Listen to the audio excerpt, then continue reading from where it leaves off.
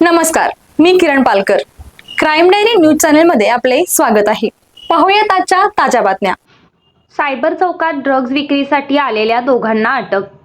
MD drugs व hydroponic गांजासह 12,47,000चा मुद्देमाल जप्त.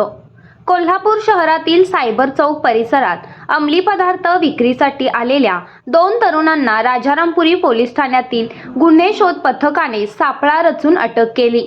आरोपींकडून एमडी ड्रग्ज, मेफेड्रॉन, हायड्रोपॉनिक गांजा तसेच मोबाईलसह 12,47,000 रुपयांचा मुद्देमाल जप्त करण्यात आला.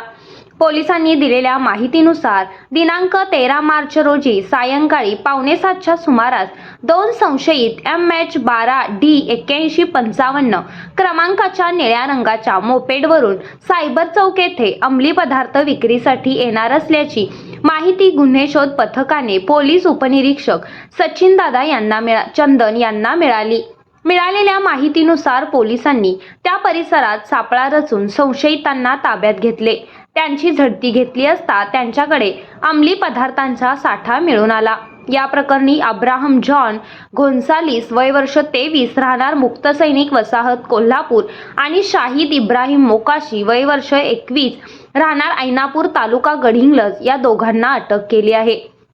पोलिसांनी या दोघांकडून 31.310 ग्रॅम हायड्रोपॉनिक गांजा तसेच 68.870 ग्रॅम एमडी ड्रग्ज असा साठा जप्त करण्यात आला. यासह मोबाईल व इतर साहित्य 12,47,000 रुपये किमतीचा मुद्देमाल जप्त केला. या दोघांच्या विरोधात राजारामपुरी पोलीस ठाण्यात गुन्हा दाखल करण्यात आला. याबाबतची फिर्याद शाहू तळेकर यांनी दिली.